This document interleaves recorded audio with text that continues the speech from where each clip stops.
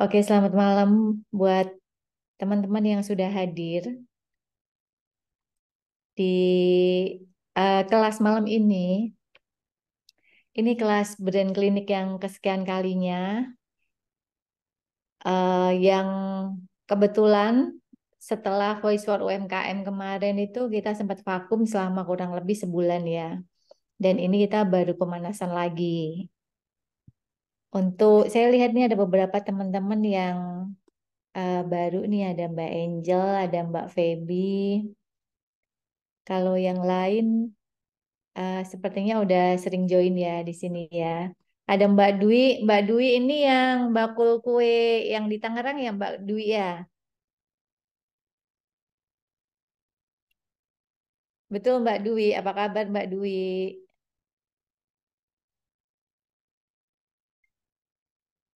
Suara saya kedengeran nggak sih? Kedengeran kok Bu Wiwi. Oh kedengeran. Saya takutnya kok senyap gitu. Apa karena ada gangguan sinyal? Aman Mahwik. Aman ya, aman oke. Eh Gimana Kak Admin? Apakah kita akan mulai 19.30 atau kita masih mau menunggu Kak Min Brand sembari menunggu Maaf, Kak. ke mute juga. Oke, baik. eh Iya Mbak Wiwi bisa dimulai aja kali ya. Nanti teman-teman yang lain biar menyusul. Baik. Saya Makasih. mulai sama-sama Kak Min Brand yang baik hati. Jadi kelas malam ini adalah kelas yang akan bercerita tentang product design. Jadi product design yang akan dibahas pada malam ini berbeda dengan mungkin gambaran sebagian teman-teman di sini ya, yang mungkin membayangkan desainnya itu desain grafis. Enggak. Product design itu berbeda dengan desain grafis. Dalam hal pembedanya adalah kalau produk atau desain produk itu lebih berfokus kepada produknya yang didesain. Jadi kalau misalnya produknya adalah kue, ya desain produknya itu. Jadi bukan kemasannya. Bahwa nantinya bisa berujung kepada kemasan, iya. Tapi pokok bahasannya lebih ke desain produk yang dijual. Nah, eh, apa sih menariknya gitu ya? Menariknya pada bahasan desain produk adalah biasanya nanti kita akan belajar tentang bagaimana sih mempelajari perilaku konsumen melalui user experience. Karena untuk membuat desain produk itu kita harus paham tentang user experience. Yang mana nanti mungkin lebih bisa dijelaskan in detail sama Bang Win. Nah, figurnya Bang Win sendiri seperti apa sih? Figur beliau adalah ini. Apakah kelihatan?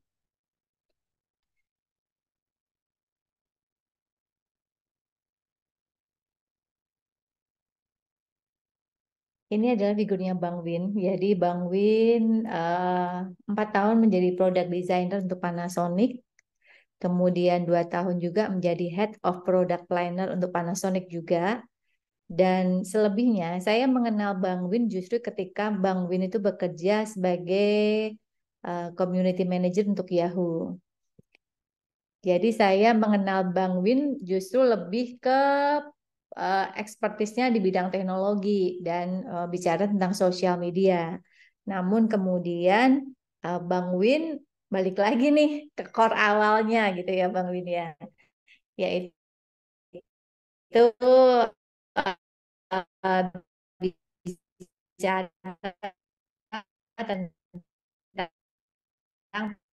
produk dan desain yang mana keinginannya. Brand klinik bagi teman-teman yang mungkin baru join. Brand klinik itu apa sih? Brand klinik itu komunitas yang mewadai para pelaku usaha. Anggotanya sendiri terdiri dari beberapa kota di Indonesia. Dari Sumatera ada beberapa kota seperti Kepulauan Riau juga ada. baik sampai ke Indonesia Timur juga ada. Sejauh ini kegiatannya apa saja sih? Kegiatannya yang lebih didominasi adalah kegiatan yang sifatnya diskusi atau kelas-kelas seperti semacam ini. Kelas tujuannya buat apa? Satu, untuk refreshment. Kalau kita berbisnis, kita berusaha, kita butuh asupan hal-hal baru di luar pekerjaan utama kita. Supaya apa? Supaya eh, ya kita punya daya saing karena apa? Ada asupan-asupan baru yang bisa kita olah. Itu tujuannya. Kelas-kelasnya terdiri dari apa saja? Kelas-kelasnya itu terdiri dari satu yang sifatnya menambah wawasan, yang kedua menambah skill. Yang menambah wawasan banyak sekali, seperti contohnya malam ini yang nanti akan disampaikan oleh Bang Win. Yang skill apa aja? Yang nanti ada fotografi, kemudian hal-hal yang sifatnya memang bisa menambah skill dari teman-teman di brand klinik. Nah, ke depannya nanti kita akan mencoba membuat kegiatan-kegiatan yang sifatnya udah tatap muka. Sejauh ini karena memang brand klinik diinisiasi pada periode pandemi, jadi semua kegiatannya praktis secara online, kemungkinan nanti akan dibuatkan kegiatan-kegiatan yang sifatnya offline. Nah, kapan itu? Nanti tunggu informasi dari admin brand klinik. Buat teman-teman yang sudah join di kelas, nanti bisa minta dari min brandnya untuk dicolek supaya bergabung di grup kliniker sehingga nanti satu kita punya support system karena di grup tersebut itu teman-teman hubungannya relatif lebih dekat dibanding teman-teman yang ada di kelas. Memang biasanya kita kalau membuka kelas ada grup-grup baru karena di kelas brand klinik itu berbeda dengan kelas lain. Kelas brand klinik itu kita ada pre-nya. Pre-nya itu yang seperti teman-teman sudah rasakan, yaitu teman-teman diberikan ruang untuk berkenalan. Namun kemarin, tadi ya, mohon maaf, tadi itu beberapa belum sempat memperkenalkan diri karena waktunya juga udah mendesak sehingga Minbrand juga udah mulai mengunci layar untuk berkomunikasinya. Nah, setelah proses pre, ini ada proses yang saat ini yaitu eventnya dimulai, kemudian nanti ada postnya. Posnya itu seperti apa sih? Kami masih memberikan ruang. Barangkali pada kelas malam ini ternyata teman-teman masih ingin bertanya, tapi tidak bisa diakomodasi karena waktunya sudah selesai. Teman-teman boleh menanyakan di grup WA tersebut. Grup WA tersebut sifatnya temporer, artinya nanti pada periode ketika semua diskusi dan bahasan sudah selesai, Minbrand akan menutup dan uh, membekukan kelas tersebut. Kira-kira gambarannya demikian. Nah, untuk mempersingkat waktu, karena udah 19.36, saya udah bicara 6 menit, saya berikan mic-nya kepada Bang Win supaya bisa segera memulai kelasnya. Bang Win, silahkan Bang Win. Baik, terima kasih. Kedengeran nggak suara saya ya? Kedengeran Bang. Kedengeran ya. Oke. Terima kasih atas perkenalannya ya, Mbak Wiwi dan juga teman-teman yang lain. eh, salam kenal. Ya, mungkin ada yang beberapa yang sudah pernah kenal juga sebelumnya dan ada yang baru ya. Ya, nama saya Abang Edwin.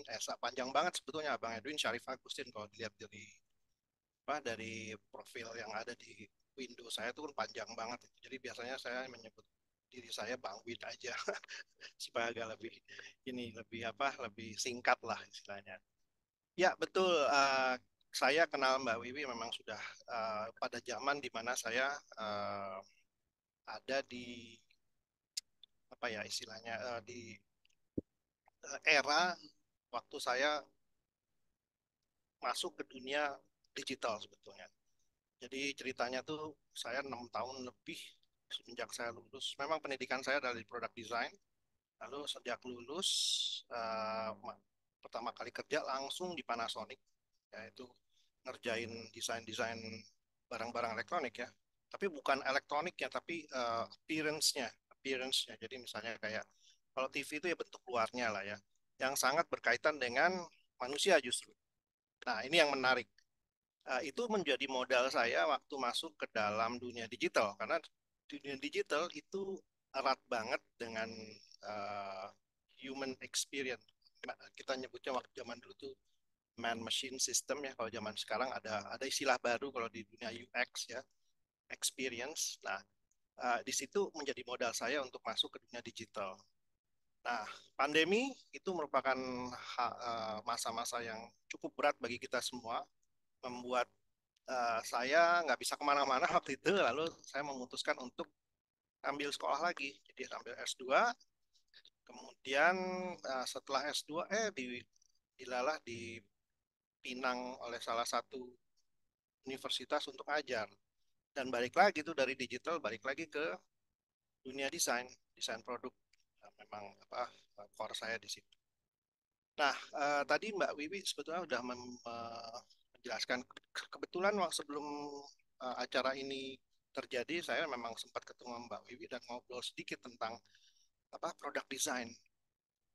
Seperti dugaan saya, memang hampir semua orang tidak terlalu mengenal profesi desain produk. Kalau desain fashion itu banyak, ya.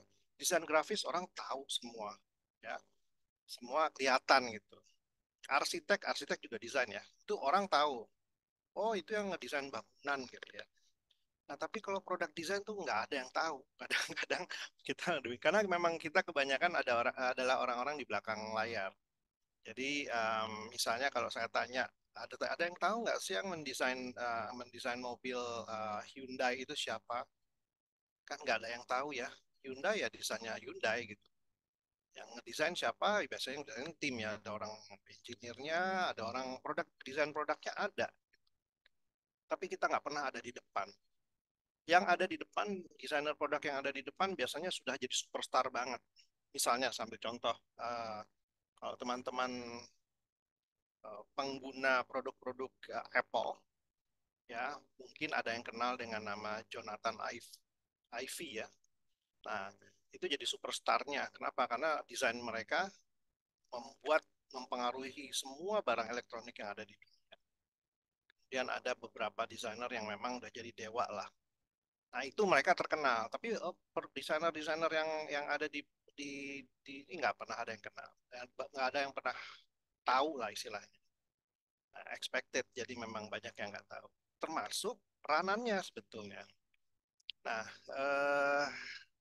malam malam malam ini saya diundang untuk sharing tentang bagaimana peranan desain produk terhadap UMKM. Apa sih perannya? Banyak sekali. Karena UMKM tuh ya UMKM kebanyakan kan menghasilkan produk ya. Ya, let's say ambil contoh kuliner. Kuliner tuh juga produk sebetulnya. Lalu nggak cuma kulinernya, kemasannya itu produk.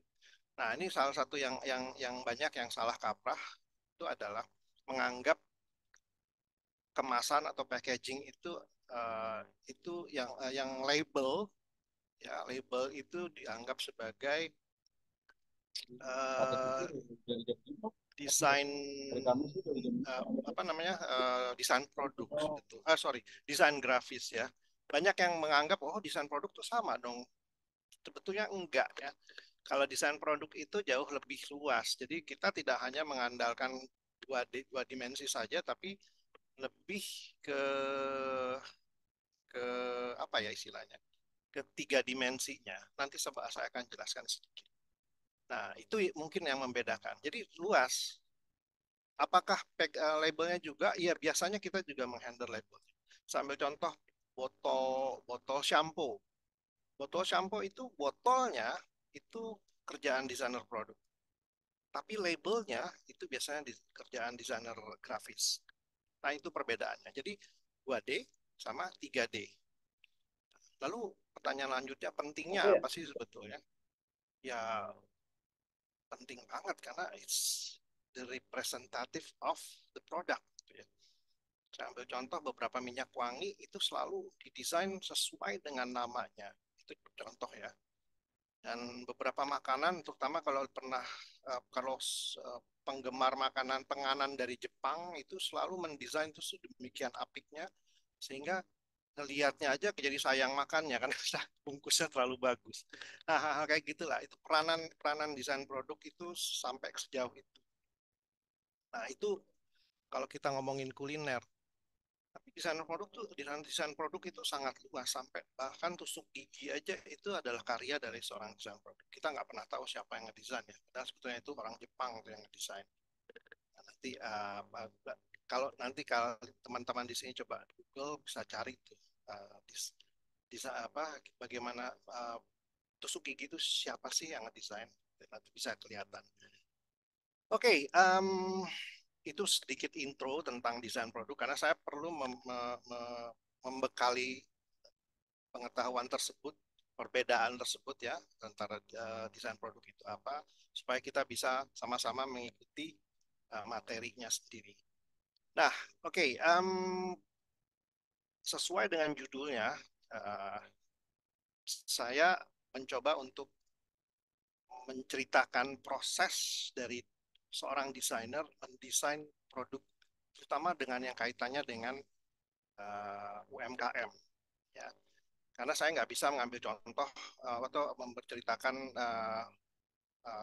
yang barang-barang teknologi atau karena pendekatannya agak berbeda, walaupun sebetulnya urutannya sama. Jadi kita memiliki satu pemikiran yang kita sebut dengan design thinking. Nah, design thinking ini sebetulnya digunakan sekarang nggak cuma para desainer, tapi awalnya dari desain. Jadi proses berpikir secara desain itu sebetulnya dimiliki oleh semua desainer itu memiliki pola berpikir seperti itu. Tapi kita nggak tahu itu yang namanya design thinking sampai pada akhirnya awal tahun 80-an kalau nggak salah ada yang membrand atau memberi nama, oh ini namanya design thinking, jadilah itu design thinking. Nanti kita akan masuk ke sana ya, supaya teman-teman di sini juga tahu. Oke, saya izinkan saya untuk share screen sebentar.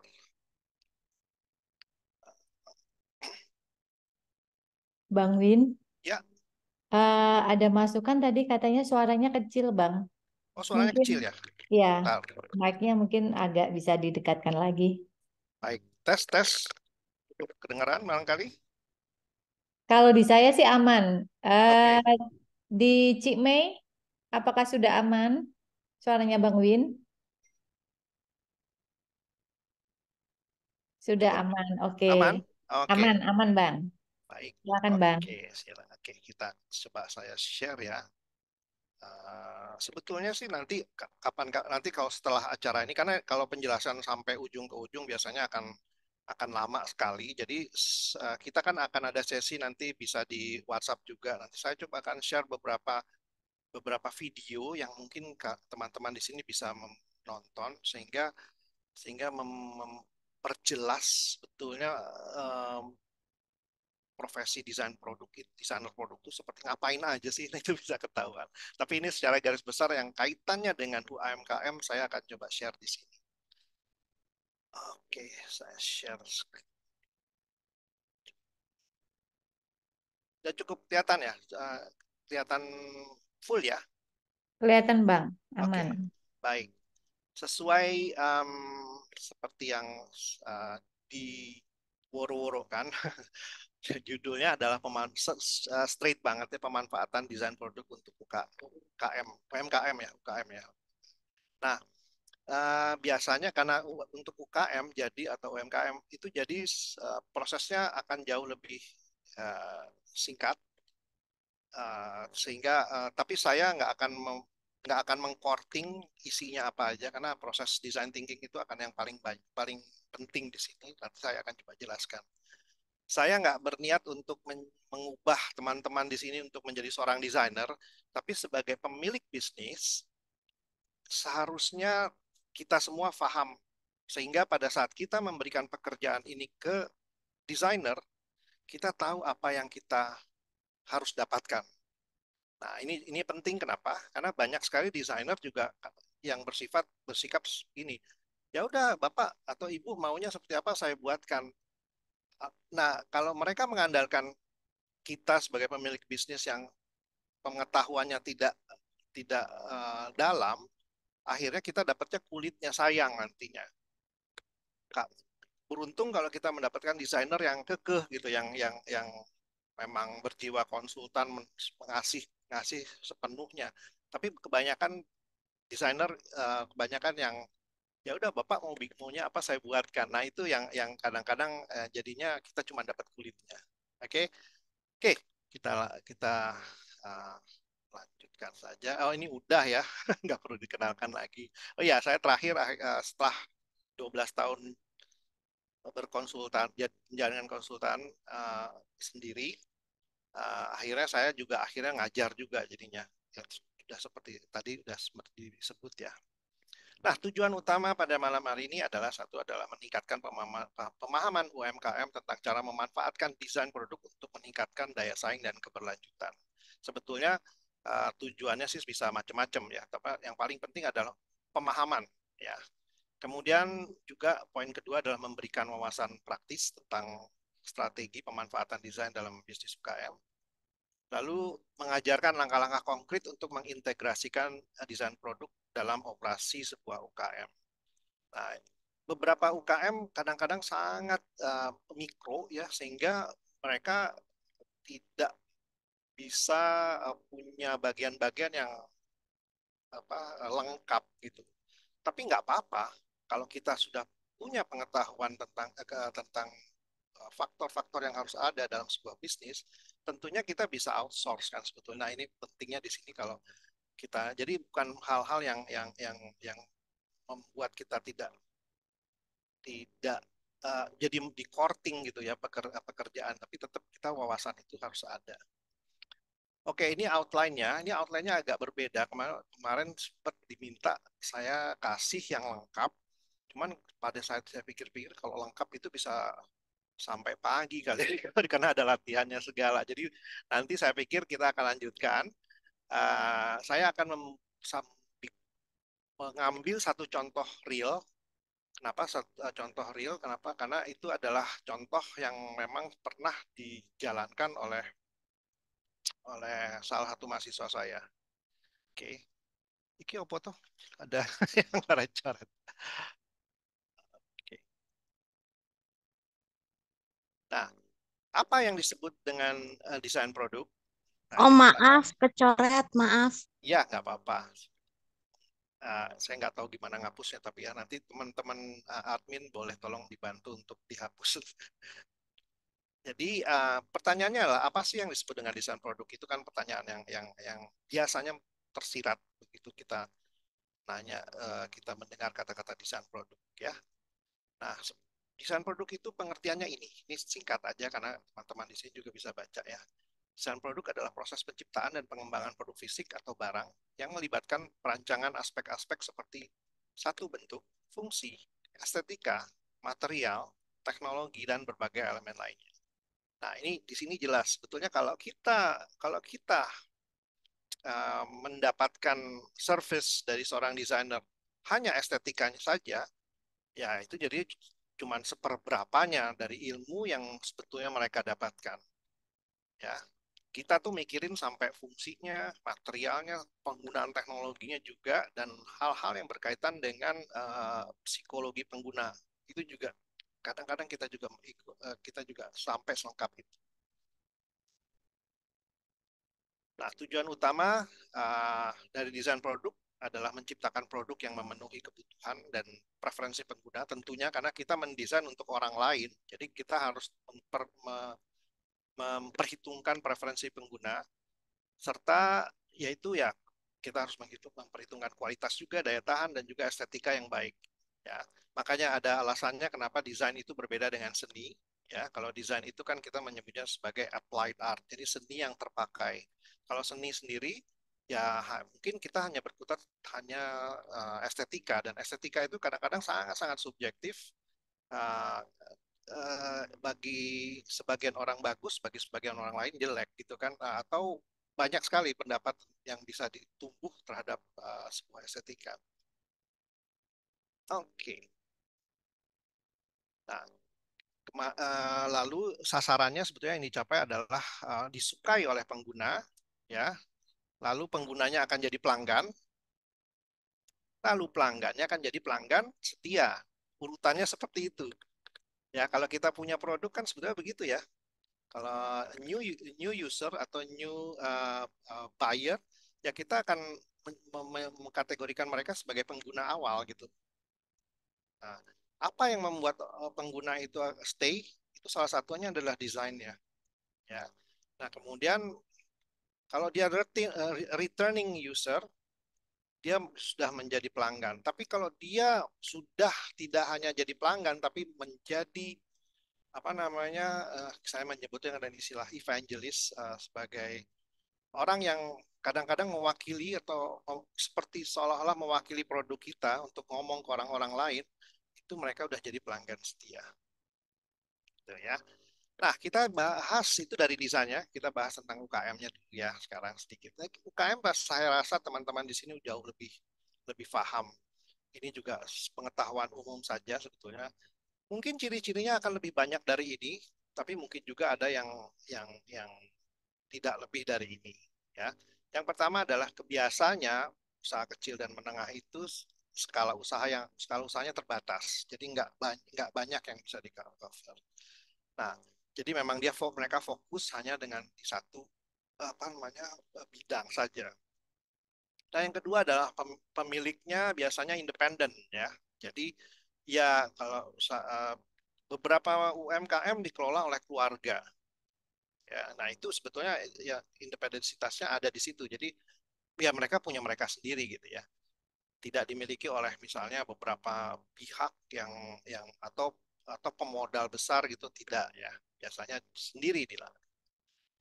Yang ketiga adalah, nah ini relatif ya, keterbatasan sumber daya keuangan. Ya, banyak perusahaan atau UKM sebetulnya ya cukupnya segitu. Jadi tidak bisa dinilai bahwa itu terbatas ya. Tapi bagi perusahaan ataupun usaha yang memang ingin membesar, biasanya mereka ada batasan-batasan yang harus dilalui. Nah, biasanya kalau UMKM itu mereka tidak bisa dibandingkan dengan yang menengah atau yang besar karena memang ada sumber daya keuangannya memang masih terbatas. Nah, kemudian yang berikutnya adalah lokal atau regional. Biasanya UKM itu besarnya tuh di lokal dulu, ya sekitar kita, nggak jauh-jauh dari. Tapi ada juga sekarang UMKM karena dengan teknologi itu bisa masuknya regional juga, ya. Lalu yang berikutnya adalah fleksibilitas dan responsif. Karena organisasinya kecil, jadi biasanya punya kelebihan mereka lebih fleksibel, ya, dan juga lebih responsif kalau kalau misalnya ada karena hidup dan mati nih UMKM kan kecil kita sendiri kalau penjualannya drop itu ada apa itu biasanya langsung responsif. Nah, kemudian di UKM itu juga karena dia kecil dan fleksibel, mereka jadi memiliki kemampuan inovasi yang lebih mestinya lebih tinggi ya karena fleksibilitas tersebut. Lalu adanya keterlibatan pemilik itu juga uh, salah satu ciri ya di mana uh, jarak antara pemilik sama sama operasional itu sangat dekat. Kadang-kadang ya yang menjalankan ya pemiliknya juga gitu ya. Nah, lalu resiko pemilik yang tinggi itu maksudnya karena mereka biasa menggunakan modal all out dan ya udah jadi beresiko kalau ya tadi saya bilang hidup dan mati biasanya kalau kalau kalau dia gagal dia harus mengusahakan supaya nggak gagal gimana caranya gitu ya. Lalu yang berikutnya adalah kontribusi pada ekonomi lokal. Jadi ini sih udah jadi pengetahuan umum menurut saya karena UKM di Indonesia itu merupakan pilar-pilar yang cukup penting dalam ekonominya. Makanya disebut kontribusi pada ekonomi lokal. Nah, UKM juga sampai sedetik ini saya suka kagum karena apapun bisa bisa dijadikan usaha gitu ya. Mulai dari rumah lah, mulai dari hal-hal yang itu semua bisa ragamnya banyak dan berkembangnya pun juga cepat. Ya. Nah, ini sebetulnya ini sepanjang pengetahuan saya dan mungkin teman-teman di sini mungkin bisa menambahkan juga atau bisa mungkin enggak yang ini subjek yang bisa kita diskusikan lebih lebih lanjut nanti ya, tapi ini karena untuk akhir. Cuman ini yang saya tangkap ya. Oke, lanjut. Pertanyaan berikutnya adalah apa yang bisa UKM manfaatkan dari desain produk? tadi sebetulnya kita sudah ngomongin sedikit ya uh, uh, manfaat, tapi kita akan jabarkan lebih jelas di sini. Nah, dampak desain produk yang baik untuk UKM itu sebetulnya secara garis besar ada ini ya, ada sekitar 7 di sini, tapi sebetulnya bisa dikembangkan lebih jauh lagi. Yang pertama adalah dia berdampak terhadap produknya sendiri. Jadi kelihatan tuh kalau saya masih ingat dari zaman dulu, kita nggak usah ngomongin desain produk dulu, tapi secara desain secara umum aja ya, saya melihat eh, kesadaran akan desain sendiri itu jadi lebih kelihatan pada saat kita melihat kafe-kafe kecil gitu yang ada di pinggir jalan itu mendesain logo dan namanya dengan baik. Kalau zaman saya dulu enggak, ya cuman ditulis aja udah. Pemilihan font juga cuman itu aja.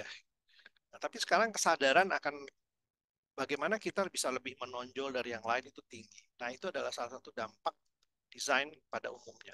Kita nggak bicara masalah desain produk dulu ya, tapi desain kalau kita bisa gali tentang desain produk akan lebih sebetulnya lebih banyak juga. Cuman seperti saya bilang, yang paling depan sekarang kebanyakan orang lebih paham adalah desain grafis. Lalu efisiensi pada proses produksi. Seorang desainer produk itu selalu memikirkan nggak cuman menggambar dengan atau membuat sebuah desain dengan baik, tapi dia juga mikirin bagaimana bikinnya sebetulnya. Nah, jadi nggak ada tuh desainer produk yang datang, Pak, ini nih desainnya, udah, terus bikinnya gimana? Nggak tahu Pak, itu bukan urusan saya. Itu nggak ada tuh yang kayak gitu. Desainer produk biasanya, ini Pak,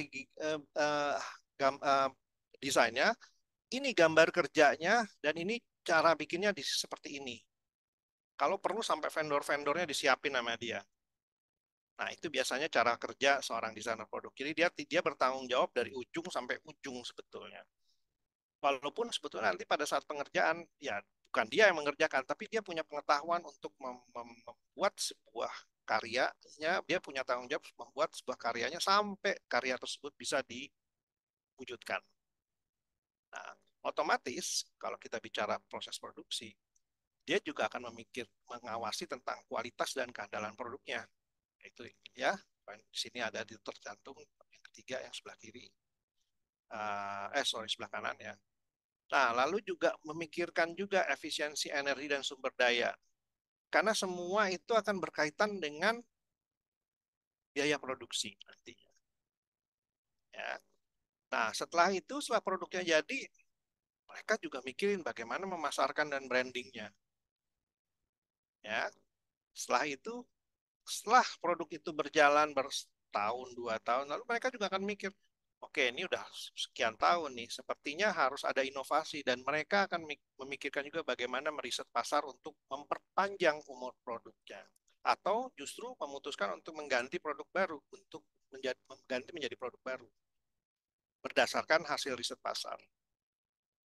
Nah, yang terakhir, seorang desain produk pun memikirkan bagaimana hasil atau sampah atau produk-produk buangan dari hasil produksi tersebut bisa didaur ulang seperti apa, atau si produk itu kalau nggak dipakai itu bisa dijadikan apa, itu bisa dipikirkan sampai sejauh itu. Nah, kalau dari sini sendiri kita lihat ya, kita bisa sadari sendiri bahwa desainer produk itu nggak cuma tukang gambar, tapi juga mikirin dari end to end sebetulnya. Walaupun pada saat eksekusi dia tidak bisa kerja sendiri, tapi dia punya pengetahuan seluas itu. Nah, makanya saya ulangi lagi, kalau teman-teman di sini, Bapak Ibu di sini, Mas-mas, Mbak-mbak di sini meng-hire seorang desainer produk, jangan cuma minta desain produknya, tapi juga dipikirin sampai produksinya, biasanya begitu. Nah, the real designer produk mesti mikirin sampai situ. Nah, oke, kalau kita lihat itu, sekali lagi kalau kita bahas semuanya, nggak akan sempat semalaman ini. Tapi kita bisa bahas yang lain-lainnya mungkin di kesempatan berikutnya untuk memperdalam. Tapi pada malam ini kita akan membahas tentang produk dari UKM itu sendiri. Ya, Nah, produk dari UKM itu sendiri apa aja sih sebetulnya? Ya, kalau kita produknya di luar produk jasa tentunya, itu biasanya terbagi dua ya, produknya dan packagingnya biasanya atau kemasan. Ada juga produk yang dijual produknya saja, tapi biasanya kebanyakan mereka satu set dengan packagingnya. Dua-duanya pekerjaan kita. Sebetulnya bertiga sama desainer grafis nantinya untuk yang mendesain eh, apa grafiknya, apa apa ya 2D-nya lah istilahnya. Ya, ini contohnya. Ini juga tahu atau ini apa? Ada yang tahu nggak ya? Pernah lihat nggak ini? Ini produk Jepang. Saya sampai mikir ini eh,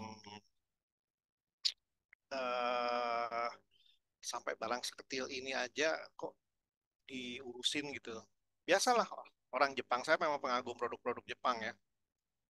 Iya, betul, korek api. Mbak Afifah tadi jawab ya. Korek api, betul korek api. Korek api zaman dulu kan begitu ya kan.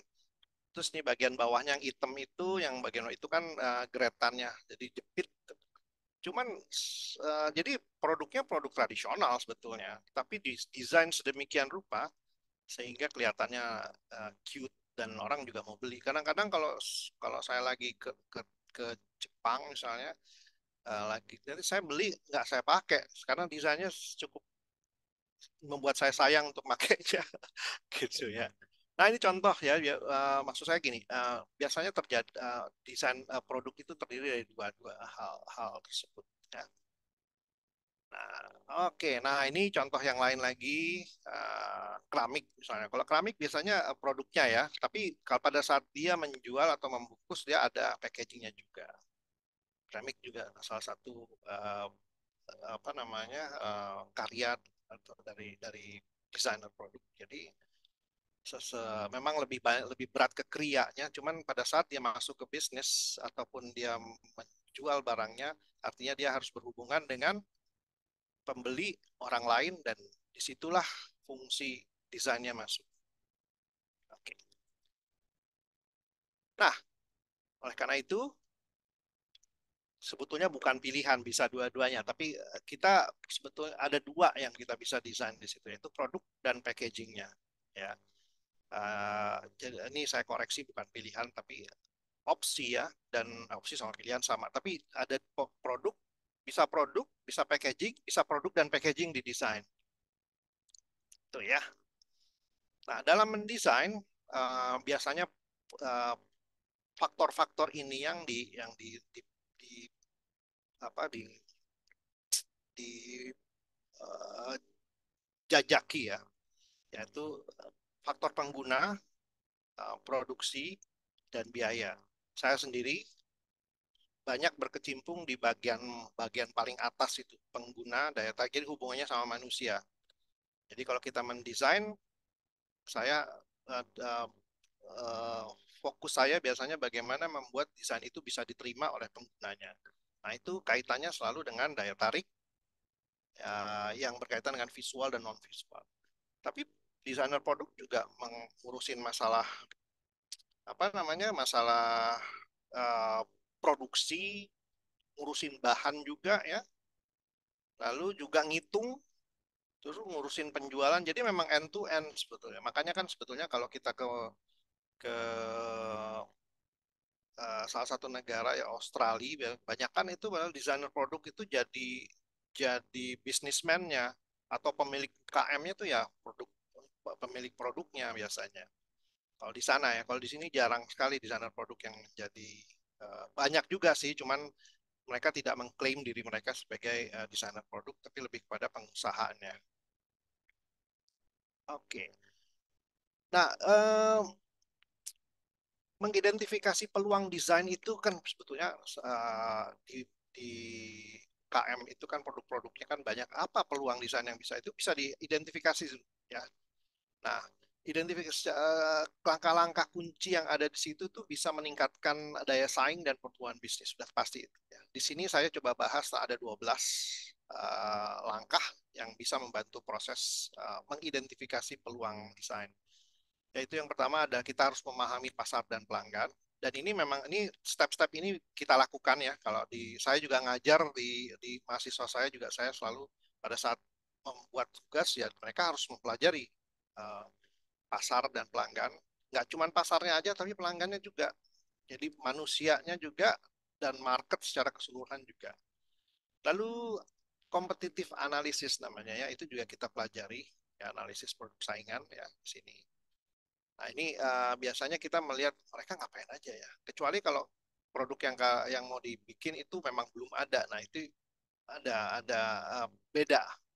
Tapi kalau kita membuat misalnya kita bikin produknya adalah kopi itu ya tentu kita harus menganalisis berapa ribu kopi brand kopi yang kita harus pelajari di situ untuk melihat bagaimana kita bisa masuk ke dalam pasar tersebut. Ya. Lalu kita bisa memantau tren industri. Tren industri ini lebih ke industrinya ya. Jadi misalnya teknologi teknologi pengepakan itu seperti apa sih? Atau teknologi pembuatan roti itu sampai sejauh apa? Itu tren industri tergantung dari bidang yang ingin kita garap sebetulnya. Ya. Lalu kita harus bisa mengevaluasi produk saat ini. Produk saat ini produk kita saat ini. Ya. Jadi menganalisis diri sendiri ini biasanya kadang-kadang paling sulit ya. Em, mencoba mencari kelemahan dari desain ya apa produk yang kita sendiri ya. Nah, apakah ada ruang untuk perbaikan atau ruang untuk berinovasi itu kita bisa harus telaah ya. Nah, lalu kita bisa mulai mengidentifikasi masalah dan tantangannya apa saja ya. Nah, pada saat setelah ini kelar baru kita bisa mulai melibatkan tim kreatif termasuk desain produk di situ untuk bisa berkolaborasi dalam mengidentifikasi peluang desain. Kadang-kadang kalau kita bicara bicara mengembangkan sebuah produk, eh, teman-teman dari tim kreatif, desainer bisa diikutkan di in the di earlier stage betulnya ya. Karena mereka kadang-kadang bisa bukan kadang-kadang hampir selalu ya bisa membawa perspektif yang berbeda ya. Dan ide-idenya juga kadang-kadang suka out of the box ya. Nah, lalu kita juga bisa menggunakan metode kreatif ya. Ya, kalau ini metode-metode yang biasanya kita lakukan yaitu untuk mengembangkan sebuah ide yaitu brainstorming, mind mapping atau juga kalau secara bisnis ada analisis SWOT ya SWOT analisis ya. Untuk bisa ketahuan apa yang bisa didesain di sini. Nah, kemudian yang kedelapan pelajari produk serupa di pasar luar. Biasanya maksud pasar luar itu pasar di luar negeri sebetulnya. Karena kadang-kadang uh, produk yang sukses di Indonesia itu kadang-kadang juga berbeda dengan ada yang di luar. Ya, nah ini juga kita bisa pelajari. Nah, kemudian ini juga penting riset bahan dan teknologi baru. Kadang-kadang ada beberapa, bukan kadang-kadang hampir semua juga ya. Bahan itu menentukan menjadi satu poin di mana satu produk itu bisa memenangkan kompetisi di pasar karena dia mengadopsi bahan yang paling baru misalnya atau juga teknologi baru. Nah, itu jadi penting jadi riset bahan dan teknologi ini. Ya. Yang ke-10 adalah pengujian prototipe. Jadi begitu bahannya sudah jadi, barangnya sudah jadi, produknya sudah jadi, kita bikin prototipenya dulu, lalu diuji ke penggunanya supaya kita tahu mendapatkan masukan lebih lanjut untuk memperbaiki ataupun improve dari si produk itu sebelum produk itu diproduksi. Ya. Nah, kemudian ada pelibatan pelanggan, itu tadi yang saya bilang. Pelanggan itu juga dilibatkan untuk bisa memberikan inputan sehingga kita bisa memastikan bahwa produk itu benar-benar ready untuk masuk ke pasar. Terlihat seperti paranoid ya. Cuman ya kita harus membiasakan diri seperti itu karena apapun yang kita buat itu kan cost ya harus bisa dipertanggungjawabkan. Jadi memang semua kalau bisa diuji terus. Nah, makanya pelibatan pelanggan ini juga biasanya kita lakukan pada proses desain.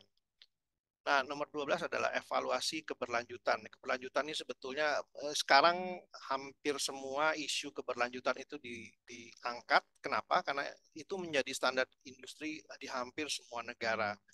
Sooner or later Indonesia pun akan masuk ke situ. Walaupun sekarang mungkin ya udahlah gitu ya, sustainability nanti aja lah. Tapi setahu saya hampir semua perusahaan sekarang menuju ke arah sana.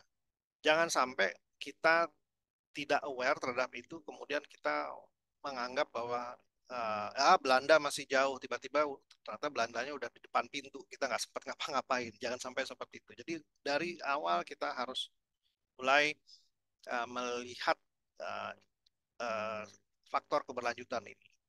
Nah, ini di sini disebutkan adalah penggunaan bahan ramah lingkungan sampai dengan cara produksi yang lebih efisien, ya. Oke. Nah, ini summarize-nya ya sebetulnya. Jadi ya yang tadi kita bahas itu saya paparkan dalam satu halaman ini, yaitu mengidentifikasi peluang desain adalah proses yang berkelanjutan dan ini melibatkan pemahaman yang mendalam tentang pasar, pelanggan, dan tren industri. Dan ini bisa berjalan kalau ada kerjasama antara berbagai departemen. Departemen itu kalau perusahaannya besar ya, tapi kalau enggak ya yang ada di dalam UKM sendiri, gitu ya. Yang paling penting itu bisa berkomunikasi dengan pelanggan dan mendengarkan feedback dari mereka. Itu adalah kunci dalam merancang sebuah produk yang baik dan bisa memenuhi kebutuhan mereka juga. Oke. Nah, sekarang kita masuk karena kalau kalau saya cerita gitu ya, mungkin nggak terlalu kelihatan sebetulnya bagaimana sih proses desain produk di UKM. Kemarin saya coba cari beberapa tugas mahasiswa yang memang berkaitan dengan UKM dan kebetulan saya mendapatkan satu mahasiswa saya yang produknya itu hasil karya skripsinya sendiri, tugas akhirnya itu sendiri itu diimplementasikan. Jadi kayak kerja aja dan kliennya juga beneran jadinya. Nah, ini yang saya akan coba jabarkan di sini. Mudah-mudahan sini cukup dekat dengan UKM ya, karena ini kuliner yang dibantu. Kuliner UKM juga sih mereka. Oke, kita lihat dulu ya. Uh, oh, sorry. Sebelum sampai situ, maaf ini agak kelewatan. Sebelum sampai situ, saya akan mencoba menjelaskan proses berpikir desain yang biasanya akan kita lakukan. Karena proses berpikir desain ini, itu yang dilakukan oleh mahasiswa saya tersebut. Kita mengenal namanya design thinking di situ ya. Ini biasanya design thinking ini ada 5: empathize, define, ideate, prototype, dan test. Ini sebetulnya bukan urutan ya. Nah, jadi ini bukan urutan tuh dalam arti kata gini. Kalau kita sampai ke ideate terus kita masih bisa ngulang ke empathize gitu ya. Atau kalau udah sampai test masih bisa ngulang ke awal. Itu sesuatu yang wajar di dunia desain. Nah, di sini ada penjelasannya satu-satu. Ya, empathize itu adalah bagaimana kita berempati terhadap orang yang ingin kita selesaikan masalahnya, sehingga kita bisa dapat tahu sebetulnya problemnya apa. Nah, ini penting karena kita jadi bisa tahu sebetulnya permasalahan. Karena gini, orang datang ke kita, misalnya seseorang pengusaha, let's say pengusaha kue bolu misalnya datang ke saya, Pak, boleh dong tolong saya minta didesainkan gitu. Oke, baik. Permasalahannya apa? Nggak laku, Pak. Nah, sekarang gini, kalau produknya nggak laku, itu kan hasil akhir. Sebetulnya problemnya apa? Kenapa dia bisa sampai nggak laku? Nah, kita mesti mendekatkan diri seolah-olah kita menjadi pengusaha. Jadi kita tahu bahwa sebetulnya permasalahan sebetulnya apa. Kita berempatize ke pengguna tersebut, pengusaha tersebut. Lalu kita juga berempatize kepada pembelinya sehingga kita tahu pandangan si pembeli terhadap si kue bolu itu tersebut seperti apa.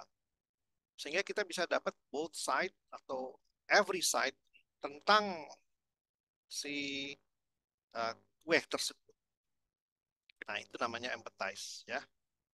Uh, jadi sorry. Nah, yang berikutnya setelah kita empathize itu kita define. Define itu kita melis permasalahannya apa aja sih yang dari empathize tadi. Kita tahu. Nah, biasanya permasalahannya biasanya banyak. Nah, dari situ kita list, kemudian kita bikin prioritize ya. Yang mana yang paling penting, mana yang enggak. Yang less penting, bukan enggak, less penting. Nah, nanti kita bisa putuskan yang mana yang mau kita pecahkan. Nah, setelah kita tahu apa yang mau dipecahkan, misalnya, oh problemnya ternyata ada, ini si kue bolu ini ternyata yang bikin orang males itu adalah bungkusnya kelihatan jorok, misalnya gitu. Artinya bungkus mesti diganti, gitu. Nah, baru mulai desainernya mendesain. Jadi mereka udah tidak touch lagi hal-hal di luar bungkus karena kita udah define dari awal. Sehingga kita membahas hal-hal yang fokus hanya ke bungkusnya aja. Kalau bungkusnya ini artinya nggak boleh kelihatan jorok, ya. Gimana caranya? Nah, ini tugasnya para desainer. Nah, mereka akan bikin sketsa, bahkan bikin prototipe-prototipe kecil untuk membuat si sampel-sampel yang bisa merepresentasikan si ide tersebut. Nah, begitu ide-idenya sudah ada dan kita pilih, dan ini biasanya prosesnya panjang ya, bukan panjang, tektokannya banyak gitu ya. Baru kita bikin prototipenya, contohnya seperti apa. Oh, sorry. Prototipe itu adalah contoh. Ya. Setelah contoh itu udah ada, udah banyak, udah bikin, lalu kita tes. Tes itu bukan berarti makanannya dicoba sama user, enggak, tapi justru melihat pandangannya si user untuk melihat responnya seperti apa. Nah, kalau di sini masih belum terlalu bagus, kita bisa balik lagi tuh ke proses sebelumnya. Jadi itu namanya iterate ya. Iteration itu terjadi terus-menerus biasanya sampai akhirnya mendapatkan satu, diputuskan kita menemukan hasil yang terbaik. Oke, nah ini tes. Nah, itu prosesnya. Nah, sekarang kita lihat contohnya. Ya, contohnya tadi seperti yang tadi saya ceritakan di awal. Jadi saya berceritanya lebih cepat. Jadi ini contohnya ya. Contohnya ini mahasiswa saya namanya Tobi Putra Adriansyah ya. Ini dia udah lulus tahun 2008, dia angkatan 2018, baru 2 tahun yang lalu lulus. Nah, Ibu Iftiah ini adalah pemilik UKM dengan brand Niki Echo ya, dengan produknya adalah bubur manis. Nah, ini mereka akhirnya kerjasama dan Iftiah akhirnya memproduksi usulan dari Tobi. Ya, kita lihat prosesnya seperti apa. Nah, ini informasi-informasi yang kita tahu dulu di awal, yaitu informasi usahanya ada di sebelah kiri, yaitu nama usahanya Niki Echo, yaitu ya artinya enak kalau dalam bahasa Jawa ya. Nah, ini dikelola oleh satu orang, cuma hanya Iftiah saja yang mengelola bisnis tersebut. Lalu ini di sini kelihatan pendapatan per tahunnya itu di bawah 300 juta ya, dimasuk dalam usaha mikro ya, di sini disebutkan.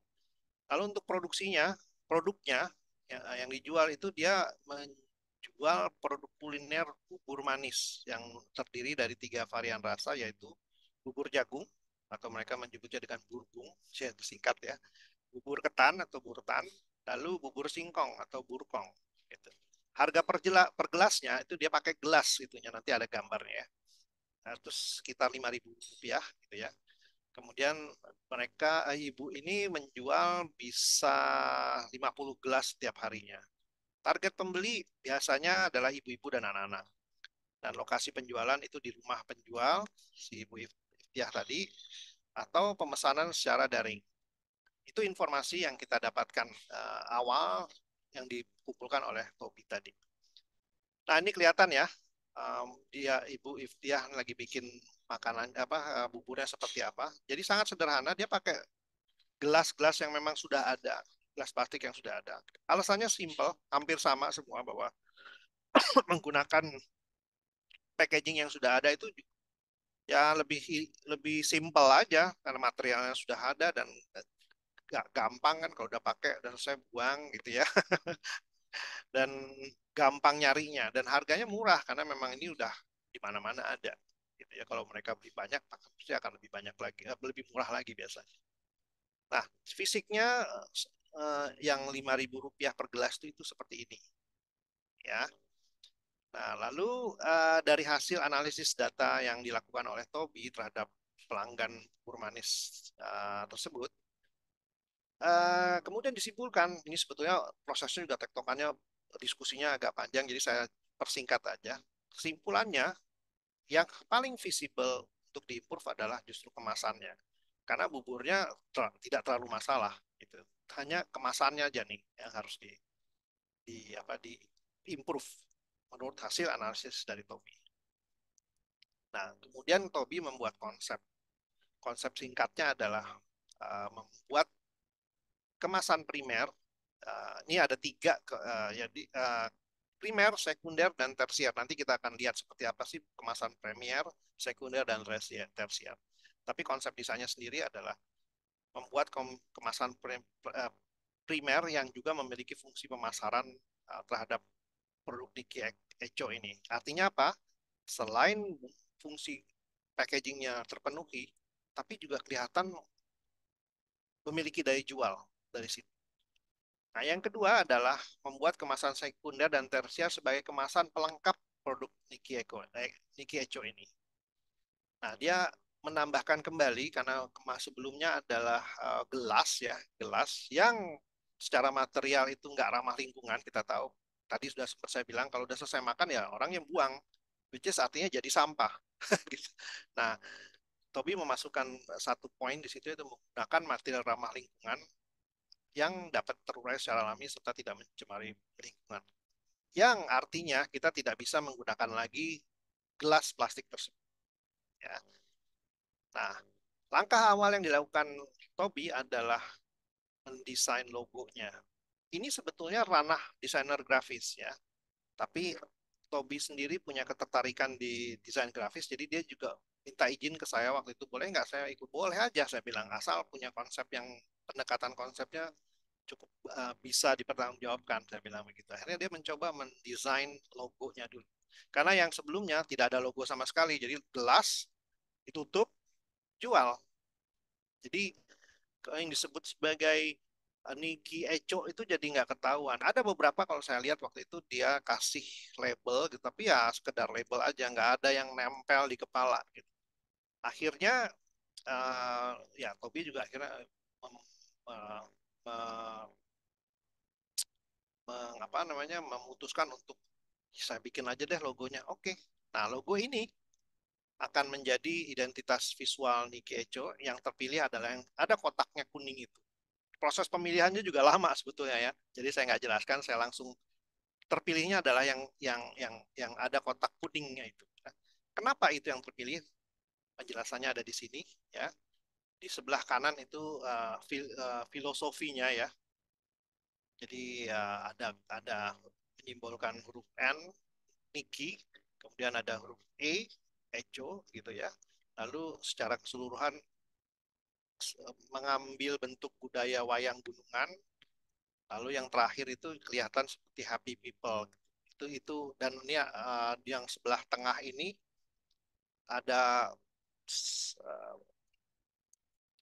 cara bikin logonya seperti apa, dan logo terakhirnya ada di sebelah kiri. Nah, oke. Tugas logo sudah kelar ya, satu PR sudah kelar oleh Toby. Selanjutnya adalah kemasannya seperti apa, kemasan primer ya. Nah, Toby membuat ada sekitar 6 alternatif untuk desain packagingnya seperti apa. Jadi dari mulai yang nomor 1 sampai nomor 6 ya. Dan ini akhirnya dia memilih yang nomor 3 sama nomor 4 untuk dijadikan uh, ide untuk kemasan primernya. Nah, bentuknya seperti ini jadinya ya. Yang tengah ini, yang tengah. Ini prototipenya. Jadi begitu dia bikin, dia langsung bikin prototipenya. Prototipenya seperti ini. Yang di tengah ini. Ya, misalnya. Oke. Nah, kemudian kita lanjutkan dengan pembuatan prototipe kemasan primernya seperti apa. Nah, ini ya kalau di yang tengah yang sebelah kiri ini adalah pembuatan secara pabriknya ya. Ya kita sebetulnya ini kita beli jadi, Tobi itu beli jadi ini. Tapi dia menjelaskan bagaimana cara membuatnya sebetulnya. Nah, ini kemudian bagian atasnya, kan bagian bungkusnya yang kotaknya itu juga dibikin di sini dari mulai sketsa yang nomor 1 ini kasar, lalu dibikin apa namanya dari kertas, dicoba satu persatu sampai akhirnya secara label udah dapat, lalu didesain juga sama dia. Nah, seperti saya bilang bahwa mendesain looks visualnya itu sendiri bukan 3D-nya ya, 2D-nya itu adalah kerjaan desain grafis sebetulnya ya, tapi dikerjakan juga sama Tobi. Nah, ini contoh-contohnya. Wah, apa namanya? Alternatifnya ada burgung, ada burkong, ada burtan gitu ya. Tampak atasnya sudah tampak di apa eh, apa sih istilahnya belum dilipat lah istilahnya. Kalau udah dilipat dia jadinya kotak ya. Nah, hasil akhirnya seperti ini kalau dilihat ya. Jadi mewakili 3 varian rasa bubur Niki Echo di sini. Lalu terdapat lubang di bagian atas untuk berfungsi sebagai pengaman produk supaya kalau ditutup nggak lepas ya di atas. Jadi nyangkut di bagian atasnya. Nah, bagian paling pinggir kanan itu begitu kok bungkusnya dibuka, sendoknya dipakai ya seperti itu. Sendoknya ada juga dapat. Jadi penambahannya cukup banyak dibandingkan hanya dengan apa namanya gelas plastik saja. Gitu. Nah ini packaging primernya, kemasan primernya. Nah ini sekundernya, sekundernya itu berbentuk tas. Jadi dia bikin dari ya tentunya kertas ya. Lalu pegangannya juga kertas, lalu ada logonya. Ya ini sekedar informasi aja. Hasil akhirnya seperti ini. Nah ini namanya kemasan sekunder. Jadi kemasan sekunder ini bisa membawa 2 sampai 4 produk eh, kemasan primer sekaligus. Nah, kalau beli yang lebih banyak seperti apa? Namanya kemasan tersier.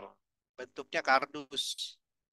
Didesain juga seperti ini. Kemudian Tobi juga mendesain labelnya ya. Jadi bisa ditempel label untuk pengirimnya siapa, penerimanya sehingga semuanya udah jadi nggak langsung ditulis di situ tapi ada labelnya sendiri. Ya. Nah, ini seperti ini tersier. Nah, oke. Nah, kalau tersier itu bisa 7 sampai 9 produk sekaligus. Jadi kalau ada yang pesan banyak, disiapin juga. Nah, hal-hal seperti ini, tersier, sekunder gitu, itu nggak kepikiran sama Bu Afifah, sorry Bu Afifah, maaf, Bu Iftiah tadi. Jadi nggak kepikiran. Jadi ini muncul begitu Tobi sebagai desainer dia memikir gimana ya kalau beli banyak ya dia masukin kantong plastik kresek aja gitu gitu kan. Terus Tobi mikir bukannya itu jadi ini ya dar gandur gitu bisa. Nah, kepikiran semua hal-hal seperti itu. Makanya dia mengusulkan adanya sebuah packaging tersier dan sekunder supaya mempermudah dan juga memberikan experience yang lebih kepada pembeli. Jadi pembeli itu nggak cuman ya udah nih barang lu udah bayar segini lu gua kasih udah bawa pulang nggak gitu, tapi dipersiapkan sampai si produk itu sampai ke rumah. Nah, desainer produk harus bisa memikirkan sampai sampai sana sehingga ujung-ujungnya kesan itu akan nempel dan dia akan balik lagi beli gitu. Regardless harganya berapa ya gitu. Nanti kita akan bahas berapa naiknya harganya dan nah ini sendok kayunya ya. Kalau yang lama itu dia pakai sendok plastik gitu. Tapi sekarang pakai sendok kayu. Nah, kebayang ya sebetulnya penambahan bahan juga lumayan banyak. Nah, ini alat makan sendoknya. Oke, nah ini harganya, harga-harga keseluruhan. Kebayang dong naiknya berapa? Tadinya berapa? 5.000 satu gelas. Sekarang harganya 12.000, jadi lebih dari 2 kali lipat. Kira-kira ada yang mau beli nggak ya? Nanti kita cari. Itu adalah concern juga pada saat Tobi itu diskusi sama kita. Dosen kebetulan saya pembimbingnya diskusi gimana ya? Ya, itu juga harus jadi concern kamu. Nah, jadi kita harus buktikan mau nggak pembeli beli segitu, beli dengan harga segitu. Apakah price itu jadi sensitif? Nah, ini satu satu hal yang menarik untuk ditelaah karena kita juga memikirkan sampai situ sebetulnya. Ya.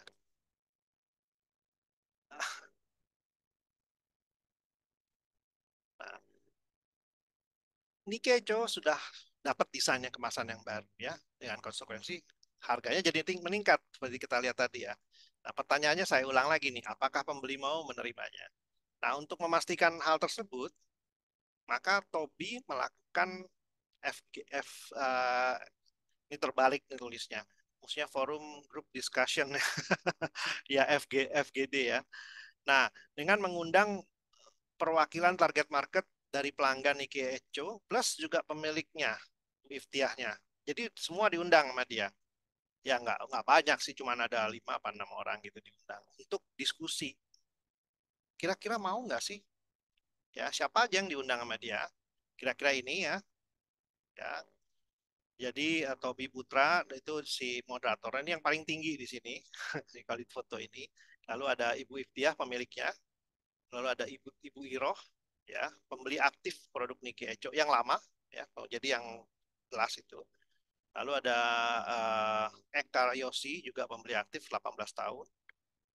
Ibu Iin 50 tahun itu calon calon pembeli. Jadi belum jadi pembeli ya, jadi calon pembeli. Dan Ibu Yati.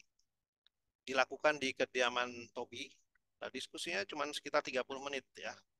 Oke, nah ini kalau dalam design thinking tadi ada di fase tes. Kan tadi ada 5 fase ya.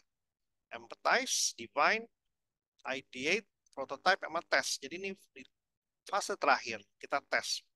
Mau nggak ya? Gitu. Nah, ada 2 kriteria yang pertanyaan yang biasanya yang kemasan baru Nikkei Echo seperti apa sama harga jual baru produk Nikkei Echo. Dan hasilnya hampir semua peserta setuju bahwa kemasan baru Nikkei Echo ini menarik ya. Mereka senang. Keren banget ya. Kita tahu sendiri kalau kita bandingin cuma hanya gelas plastik doang dengan apa yang dibuat Tobi, tentu saja jauh menariknya. Ya. Lalu kalau dilihat juga kemasannya juga kan ramah lingkungan tuh. Walaupun sebetulnya pada level pembeli itu mungkin nggak terlalu kepikiran ke sana.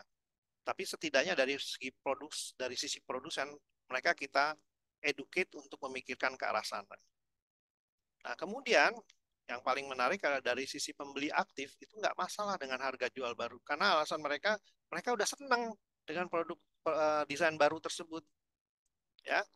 Lalu jadi bahkan kadang mereka calon pembeli yang belum beli pun mereka ngelihat loh ini dengan kemasan sebagus ini ya wajar harganya segitu harganya yang baru tadi yang 12.000 karena memang ya mereka dapat experience yang bagus dan mereka mendapatkan seolah-olah ini bukan barang yang dibeli di pasaran gitu tapi jadi kayak naik kelas gitu si Nikkei Echo ini. Nah itu yang didapatkan dari hasil FGD ini itu kira-kira. Nah artinya kita bisa simpulkan Tobi itu berhasil meredesain kemasan dari produk makanan Nikkei Echo itu tersebut. Kemudian dengan desain kemasan baru ini, Ibu Iftiah lebih percaya diri untuk menaikkan harga jual produk bubur manisnya. Nah, yang setelah ini diterapkan, ini produk akhirnya jadi Ibu Iftiah setuju untuk memproduksinya. Dan terakhir informasi yang saya dapatkan dari Tobi, karena waktu itu saya tanya terus ya sampai akhir, bahkan dengan produk yang baru yang di-redesign itu, mereka bisa mendapat profit yang bertambah itu bisa naik sekitar 30%. Amazing ya. Maksudnya bukan hanya sih itu banyak yang kalau dilihat dari penambahan biaya atau naiknya biaya harga jual dari 5.000 ya 12.000 kita kadang-kadang ragu nih mau nggak. Ternyata dengan harga 12.000 pun itu profitnya bisa sampai 30%. jadi saya menganggap bahwa ini artinya berhasil. Jadi peranan desain produk sendiri itu jadi membuat si bisnisnya bisa berjalan dengan lebih baik. Kira-kira begitu. Nah, tadi itu menutup cerita saya pada malam hari ini, karena kalau saya cerita terus nanti teman-teman di sini nggak ada yang bisa nggak ada kesempatan nanya. Jadi sekarang saya ingin membuka saja. Nah, ya, mungkin ada yang ingin ditanyakan barangkali, atau saya kembalikan dulu ke Ibu Moderator untuk membuka sesi tanya jawab. Silakan. Terima kasih. Baik, terima kasih Bang Win. Penjelasannya sangat menarik sekali. Ini ada beberapa hal yang saya catat dari penjelasan yang sepertinya sangat berguna bagi teman-teman pelaku usaha. Beberapa halnya sebenarnya memang ada kaitannya dengan pekerjaan atau kegiatan pemasaran ya Bang Win, yaitu Ya, kita betul. memahami perilaku pasar, Ya, itu lebih ke memahami perilaku target audiens yang nanti pada akhirnya berdampak terhadap tadi harga 5.000 berubah jadi 12.000, kira-kira mau atau enggak ya gitu. iya, betul. Kalau kita memahami target pasar, sebenarnya ketakutan ini nggak perlu karena kita udah tahu nih Tahu, target betul. pasar kita itu 12.000 itu masih akan dihajar gitu. Jadi Ya, nggak ada masalah gitu. Nah, betul. yang menarik lagi adalah kalau buat saya sih kemasan primer, sekunder, sama tersier ya. Ini Ya, mungkin bisa diadop oleh teman-teman yang ada di sini seperti misalnya Mbak Inggit dari Toko Pintu Merah yang memang punya banyak varian produk yang bisa dijual. Jadi mungkin Mbak Inggit eh, bisa tuh nanti dapat ide bikin kemasan-kemasan yang pada akhirnya sebenarnya kemasan tersebut itu menjadi daya tarik. Kalau tadi saya lihat dari kemasannya Mas Tobi, saya jadi kepikiran, wah bisa jadi hantaran nih, gitu. Karena kemasannya sangat layak untuk hantaran. Yang ya, tadinya saya betul. nggak kepikiran tuh kalau saya lihat bentuknya plastik, saya nggak Hmm. kepikiran untuk hantaran. Kenapa? Karena kayaknya kurang layak deh. Itu hanya bisa dikonsumsi pribadi kalau plastik gitu ya. Iya, Atau betul. hanya buat teman-teman deket aja. Tapi begitu Betul. dikemas dengan cantik, saya jadi bisa berpikir ini layak nih buat hantaran. Mungkin saya kirim ke kolega, mungkin kemana gitu ya. Sehingga peluang untuk konsumen membeli itu jadi terbuka akibat perubahan dari kemasan saja. Ya, Dan betul. eh, yang selanjutnya sih sebenarnya di sini ada Mami Tio, Bang Win. Ya, gimana? Mami Tio itu eh, dalam pengamatan kami juga melakukan banyak banget trial and error untuk Hmm. kemasan-kemasan yang dibikin dan sangat inovatif ya kalau kami lihat ya untuk Mami Tio ini. Produk Ya. yang dijual adalah coipan, tapi Ah, coipannya kemasan-kemasannya tuh makin hari makin menarik. Nah ini saya cuma pengen tanya nih mungkin Mami Tio bisa menjelaskan dari perubahan itu apakah memang ada dampak signifikan terhadap bisnis atau gimana? Mami Tio atau mungkin mau diskusi langsung sama Bang Win, boleh loh. boleh, silakan. Tapi Oh, aku bingung nih jawabnya. Pelan-pelan Eh, aja. untuk kemasan sih sebenarnya salah satunya benar yang dibilang sama Mas Win. Pasti harganya jadi berubah gitu loh.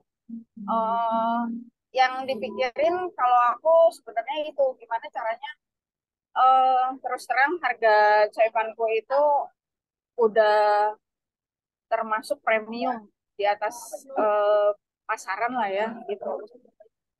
eh, Kalau ditambah lagi packaging yang super, eh, aku jadi mikir mau gue jual berapa duit nih, ada yang beli nggak? Nah pertanyaannya kayak gitu ya, jadinya. betul. Jadi aku paling gini jadinya ngakalinnya.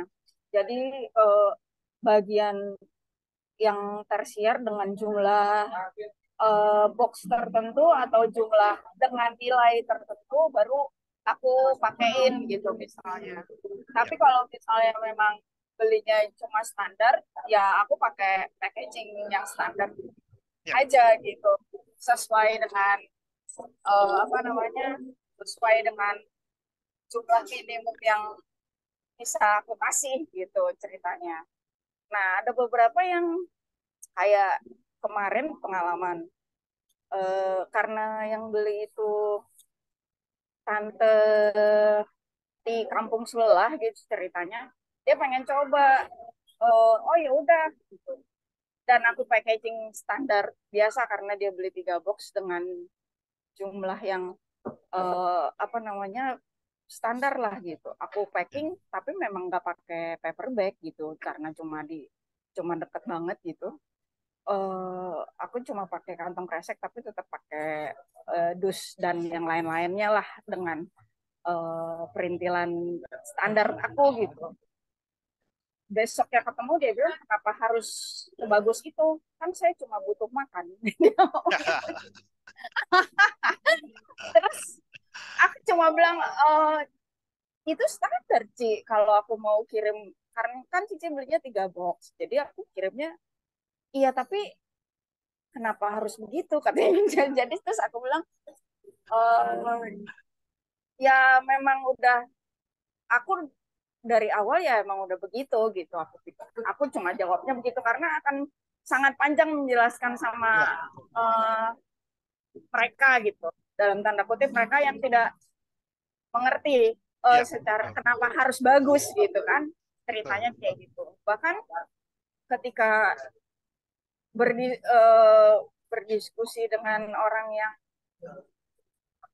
tidak mengerti apa namanya kayak dikasih free tapi ya udah no thanks no nothing gitu kan, maksudnya kayak gitu. Jadi aku cuma pikir oh ya udah nggak apa-apa gitu, cuma jadi mengetahui berbagai macam karakter pelanggan aja sih begitu Mas kalau aku. Ya, betul. Nah, untuk dari awal kalau aku karena bekerja di sebuah perusahaan yang memang ngerjain desain dan logo, jadi aku tahu gitu. Tadi awal buka itu aku udah menyiapkan logo yang memang jadi jati diri istilahnya kayak begitu. Ya nyewa desainer, sewa. Jadi aku pakai desainer kantor yang saat itu. Dan dia udah tahu karakter aku kayak apa, terus aku maunya kayak apa. Jadilah logo yang aku pakai sampai sekarang gitu.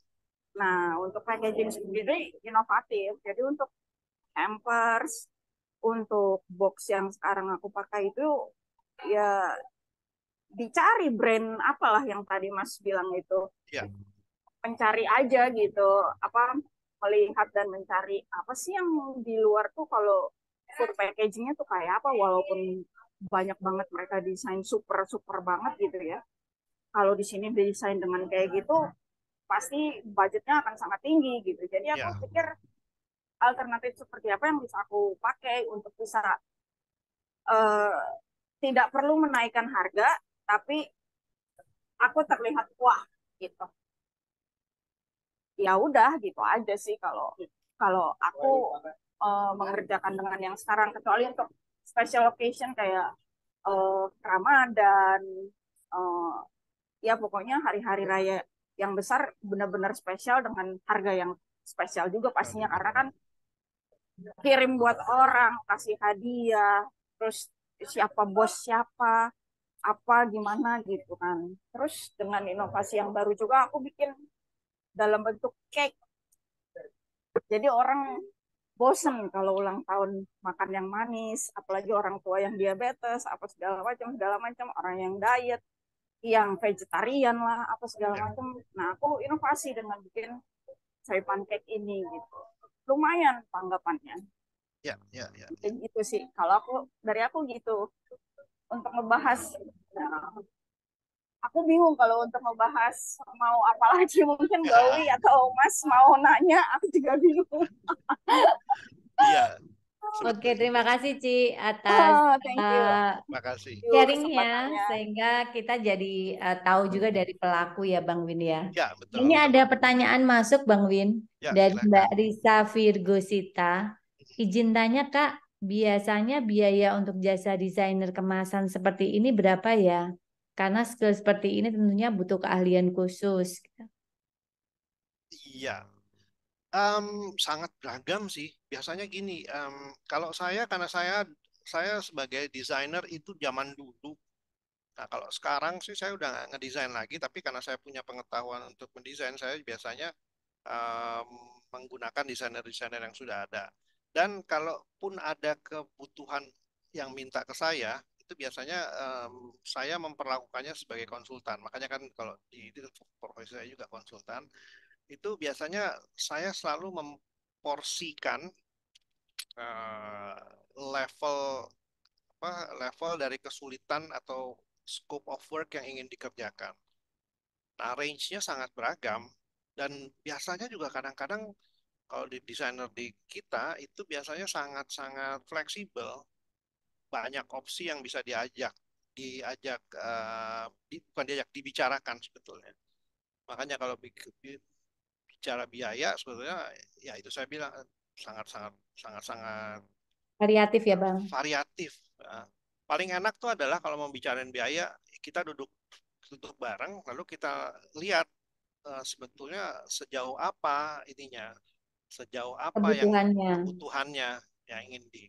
Biasanya sebelum kebutuhan itu kan muncul dari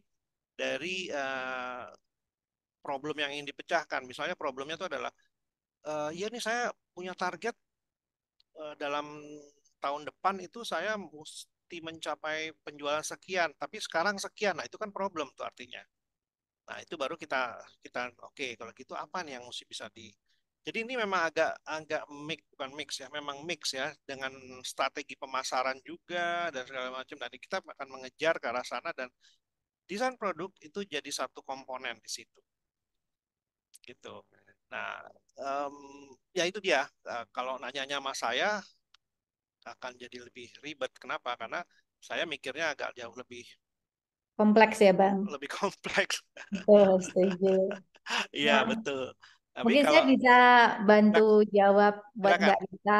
Kalau misalnya untuk harga, mungkin bisa tanya di tempat-tempat percetakan yang untuk pelaku usaha Mbak Risa. Biasanya dari percetakan tersebut juga menyediakan jasa desain yang memang sudah diselaraskan dengan kebutuhan pelaku usaha. Namun tentu saja alur bekerjanya akan sangat berbeda dengan yang dilakukan sama Tobi. Nah, sebenarnya yang dilakukan sama Tobi itu sangat membantu Bang Win untuk Hmm, pelaku UMKM ya, artinya bisa dilakukan ya, pendampingan. Karena betul. tentu saja pelaku UKM nggak akan kepikiran tuh melakukan langkah-langkah seperti yang dilakukan sama Tobi tadi, mulai Ya, dari ya, research hingga kemudian dia sampai tahu desain yang tepat guna sesuai hmm, dengan pasarnya si ya, bubur itu seperti apa dan segala macam. Ini kan butuh keilmuan ya Bang ya yang betul, dilakukan Tobi nih. betul, Nah, betul. sementara yang ditanyakan Mbak Risa ini hanya pada ujung nih kalau saya lihat gitu. Oh, Padahal baru di sini saya aja. hanya berasumsi kemungkinan Mbak Risa juga pengen nih menghasilkan sesuatu seperti yang dihasilkan sama si Mas Tobi tadi. Hmm, Nah, Iya. dimungkinkan nggak sih Bang kalau misalnya nih dari mahasiswa itu kemudian melakukan bakti negeri apa Bang Oh, istilahnya ya? ya, ya, ya. Itu Gitu mungkin seperti banget, Tobi nanti ke pelaku usaha untuk pendampingan gitu mungkin banget, dimungkinkan nggak sih Bang? mungkin banget. Sebetulnya contohnya kayak Tobi ini sendiri, sebetulnya dia yang bilang bahwa saya mau bikin ini tuh saya bilang, oke Tobi, apa yang kamu kerjakan sebetulnya kan itu kan permasalahan yang benar-benar real ya. Maksudnya kamu ke pasar Mede yang di dekat rumahnya gitu, ngelihat itu juga banyak yang bisa dikerjakan sebetulnya. Jadi why don't you datang, offer, lalu coba coba bicara dan karyanya kamu dapat nilai bagus, mereka dapat desain bagus kan gitu. Jadi fair maksud saya gitu. Terus Tobi setuju, akhirnya dia nyari sendiri. Nah, kalau memang berminat sih ya kita bisa. Kalau saya sendiri bisa bisa karena saya memegang mahasiswa, jadi saya bisa membuat apa jadi kayak matchmaking gitu. Kalau Iya, bisa iya, ada iya. beberapa beberapa mahasiswa yang punya ini, punya judul ataupun topik yang ke arah sana, ya saya akan bisa tawarkan nantinya. Ya, menarik Bang. Dan nanti Betul. kita bisa melakukan kolaborasi Ya, dengan teman-teman di brand klinik. Jadi iya, kita bisa betul. pilih mungkin Bang, kira-kira Mm-mm. siapa nih yang akan dibantu supaya nanti kemudian mahasiswanya Bang Win nih bisa membantu Ya, menuangkan pikirannya karena seperti yang dilakukan Mas Tobi tadi tentu ya, saja salah satunya eh, ya. iya yang dilakukan Salah sama Mas satunya ya. Tobi tadi kan butuh keilmuan ya. Betul. Nah, opsi lain sebetulnya ada beberapa opsi yang bisa kita bicarakan kalau untuk masalah itu. Nah, kalau jalurnya dosen itu yang namanya, saya pernah ngobrol sama dengan Mbak Wiwi juga. Itu pengabdian masyarakat, ya, PKM kita, pengabdian kepada masyarakat. Pak dosen itu diberikan kesempatan untuk, bukan kesempatan ya, diberikan beban sebetulnya. Ya itu kan biasanya kalau dosen kan tridharma Tanggung ya. jawab. Tridharma itu tanggung jawab dosen tuh. Jadi kita tuh sebagai dosen harus melakukan pengajaran, jadi ngajar gitu. Kemudian penelitian. Lalu yang ketiga adalah pengabdian kepada masyarakat. Nah, biasanya pengabdian kepada masyarakat ini seperti yang saya lakukan sekarang ini. Ini saya bisa menganggap ini, makanya kemarin juga bicara sama Mbak Wiwi, saya ikutan deh untuk supaya bisa dipertimbangkan sebagai pengabdian kepada masyarakat. Nah, pengabdian kepada masyarakat itu nggak cuma ini, dosen itu nggak cuma ini, tapi juga penelitian. Nah, kalau penelitian itu sebetulnya apa yang seperti yang dilakukan Tobi tadi, itu penelitian. Jadi penelitian bagaimana dia meneliti mass marketnya, kemudian hasil akhirnya diterapkan. Nah, pada saat penerapannya itu bisa diklaim sebagai pengabdian kepada masyarakat. Jadi dua poin bisa di-handle, didapatkan oleh si dosen. Nah, jadi kalau lewat jalur apa pendidikan, banyak banget yang bisa bikin kolaborasi sebetulnya ya, kalau memang mau ya. Iya, Ini terus menarik terbuka. Bang. Ini teman-teman UMKM pasti langsung pada ngantri tuh Bang. Boleh nanti kita bicara. Minta dibantu. Eh, Nanti kita akan diskusi lebih detail ya Bang ya boleh, terkait boleh. ini ya Bang. Apalagi di kampus saya itu ada satu jurusan under fakultas entrepreneur itu khusus memang untuk entrepreneur. Jadi eh, mahasiswa di sana juga jadi bisa bisa istilahnya kalau PKM atau penelitian tuh bisa kolaborasi bareng untuk ke UKM-nya. Jadi yang bantuin banyak. Jadi nggak cuma seorang desainer, tapi dari sisi entrepreneur juga bisa. Jadi bagaimana mereka berbisnis, segala macam itu juga teman-teman dari jurusan entrepreneur juga bisa bantu tuh nanti. Nah, itu menarik tuh Bang. Ini Bang ada satu pertanyaan yang mungkin Oke, silakan. bisa dijawab karena sepertinya menarik. Dari Boleh, Mbak silakan. Putri, yang cocok itu kalau desain kemasan bagus, rasa makanan mungkin mungkin yang dimaksud adalah kalau desainnya bagus, makanan yang nggak enak, aku langsung mundur. Ini menurut Mbak Putri. Iya, Tapi iya. dalam kasusnya Mas Tobi tadi kan sebenarnya Mas Tobi sudah berangkat dari produk utamanya dulu ya Bang ya. Iya, Produk betul. utamanya nggak masalah, baru Ah, dia ke ya, betul. produk kedua ya Bang.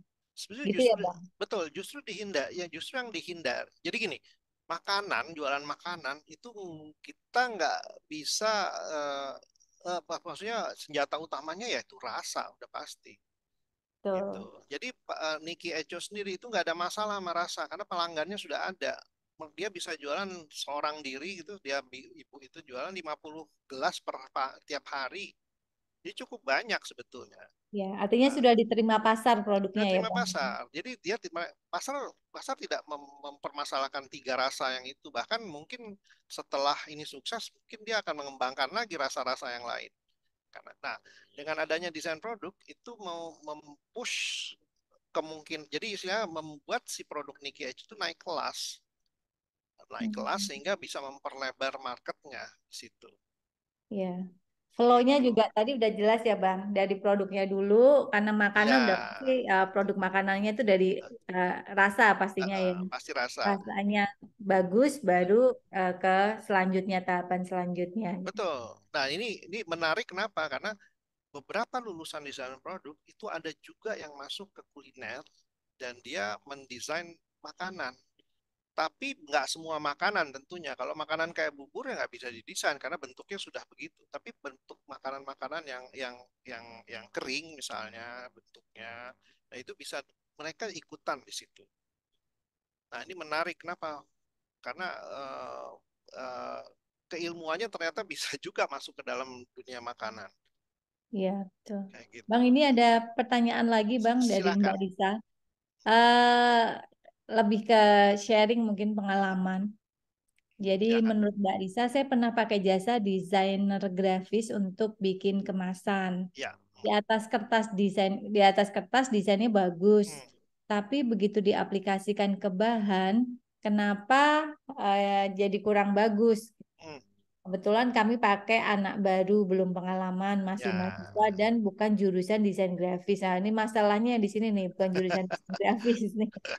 Karena kalau hanya bisa ngedesain, detailnya biasanya kelewatan, Mbak. Termasuk Iya, apakah desainnya itu aplikatif terhadap bahan yang dipilih, betul. bagian dari Ya. detail. Oke, Jadinya kebuang benar. jasanya. Nah, itu tadi yang saya ceritakan di awal ya, bahwa kalau kita meng-hire desainer, itu kita mesti tahu apa yang mesti kita dapatkan. Itu paling penting. Nah, seorang desainer, apalagi grafis. Grafis itu gini, ini no offense buat teman-teman grafis ya, tapi banyak banget operator itu mengklaim diri mereka sebagai desainer. Padahal mereka cuma bisa mengoperasikan software Betul, grafis. betul. Beda sekali ya, Bang, ilmunya ya, Beda, Bang. beda sekali. Nah, kalau desainer kan dia harus mikir kayak tadi Toby itu, mikir jadi sampai ke si produk itu sampai dipegang atau diterima di masyarakat. Artinya apa? Faktor-faktor produksi itu yang tadi Mbak Lisa keluhkan itu kan produksi itu. Artinya pada saat dia ngedesain, dia tidak memikirkan bahwa itu di print di mana, bahannya apa, itu tidak dipikirkan. Jadi ya udah nih Mbak, nih desainnya udah saya nih bayar ya, udah sekian. Masalah masalah mengaplikasikannya ke kemasannya dia tidak mikirin. Nah, itu kalau saya jadi klien, kalau saya jadi Mbak Risa, kamu harus mikirin sampai ujung dong. Sampai jadi kalau perlu ada mock up-nya sekalian, atau mock up itu istilah dari prototype tadi ya. Sampai prototype dong. Jadi membuktikan bahwa produk itu bisa diaplikasikan dulu. Baru saya bayar gitu. Jadi bayangannya seperti itu ya. Makanya sebetulnya sharing session pada hari ini saya ingin punya target sendiri bahwa supaya teman-teman di UKM juga nggak punya pemahaman sehingga pada saat karena yang menawarkan jasa banyak biasanya menawarkan jasa. Oh saya bisa ngedesain ini, saya bisa ngedesain ini gitu. Terutama yang grafis itu kadang-kadang uh, ya gini ya, istilah simpelnya adalah gini lah. Kalau kita mau mendesain looks, apa namanya, grafik doang gitu, yang nggak pakai pemikiran, nggak pakai filosofi, ya kita tinggal ke Snappy aja jadi tuh sebetulnya. Ya bayar berapa sih gitu ya. Bahkan untuk Betul. nyetaknya, yang bayarnya cuma buat nyetaknya doang, tenaganya nggak dibayar bahkan, kan gitu.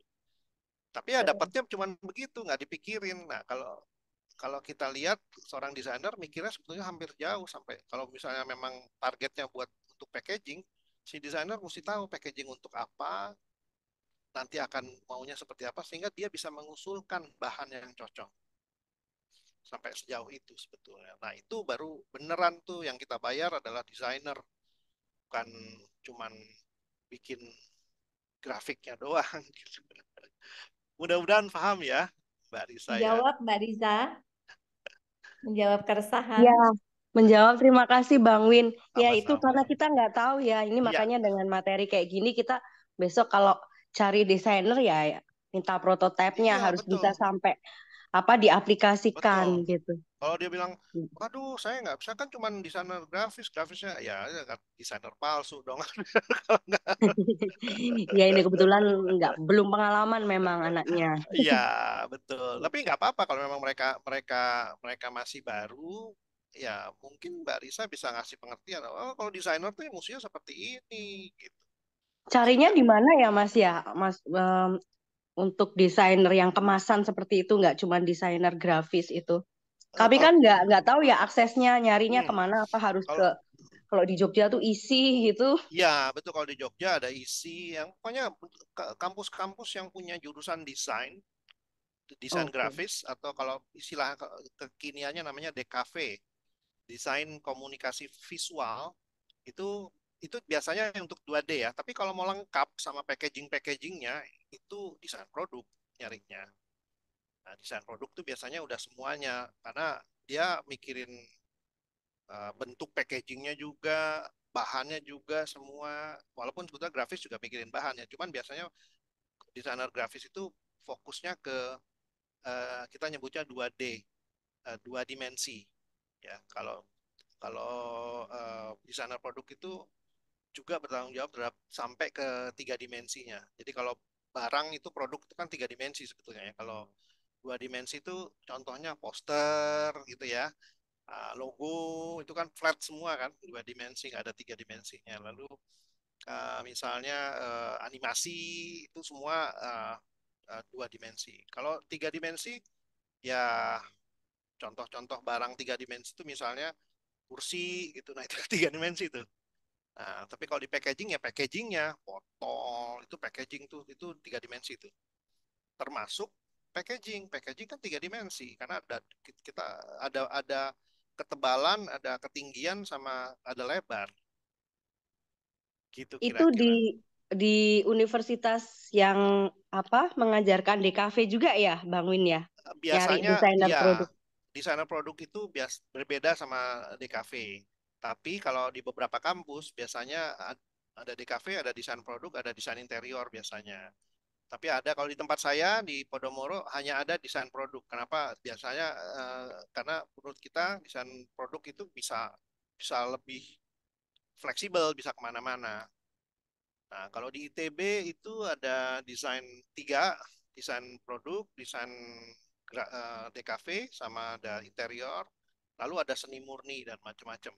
Isi juga begitu, isi juga ada desain produknya, ada beberapa kok di Jakarta aja ada Podomoro, Trisakti ada, kemudian ada UPH, ada di kalau di BINUS itu desain DKV ya, dan ada beberapa kampus yang punya punya jurusan desain produk. Oke, kalau di Jogja berarti paling tidak diisi ya, Bang Win ya? Iya, isi. Nyarinya ya. Oke, ya terima kasih Bang Win. Kalau nggak salah ada beberapa kampus swasta juga, itu juga ada di Jogja itu ada desain produknya juga. Saya lupa database-nya, tapi kalau di asosiasi kita itu ada database-nya seperti itu. Nanti Oh ya. kapan-kapan kalau saya dapat saya coba share di teman-teman deh biar kalau cari Baik, lebih tapi gampang. itu yang tadi program pengabdian tadi bagus juga Bang Win untuk bantu kita-kita yang Ya, UMKM ya. kalau bisa di-linkkan. Saya sendiri sudah menerapkannya waktu diminta oleh Dekranas sebetulnya. Jadi pengembangan desain kerajinan waktu itu. Jadi saya tiap tahun itu jadi melakukan pembimbingan buat para pengrajin.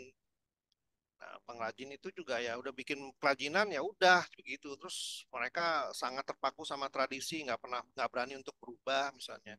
Nah, hal kayak gitu perlu. Jadi yang saya bimbing nggak hanya membuat barangnya atau packagingnya, tapi mindset mesti dirubah. Tapi saya melakukannya itu semenjak masa masa masa apa sampai 2 tahun yang lalu lah. Setelah itu pengurusnya berubah, akhirnya saya nggak dipanggil lagi. Gitu kira-kira. Oke. Mengingat waktunya sudah lebih dari jam 9 malam, Bang Win. Ya, ya. Dan pertanyaannya juga sudah tidak ada lagi nih, hanya teman-teman yang bertanya-tanya, yang apa ngobrol saling menyampaikan apa yang mereka rasakan terkait dengan Hmm, desain produk. Yang bisa nanti kita lanjutkan di WAG. Mungkin sebelum boleh. aku tutup, Bang Win bisa menyimpulkan. Silakan, Oke. Bang.